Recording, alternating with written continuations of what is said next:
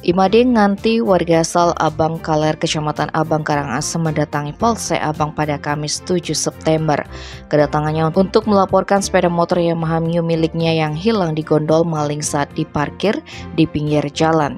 Kapolsek Abang, AKP Iketut Anyar Wijanya, yang dikonfirmasi Jumat 8 September, membenarkan adanya kejadian tersebut. Kata dia, hilangnya motor tersebut tidak lepas dari kelalaian yang dilakukan sang pemilik motor. Awalnya pemilik sepeda motor tersebut memarkirkan kendaraannya di garasi bengkel miliknya pada malam hari.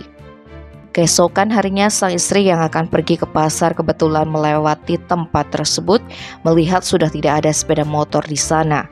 Atas kejadian tersebut dijelaskan AKP Anyar, korban mengalami kerugian sekitar 4 juta rupiah. Dengan adanya laporan tersebut, pihaknya mengaku kasus ini sudah dalam proses penyelidikan. Tim Bali Express melaporkan.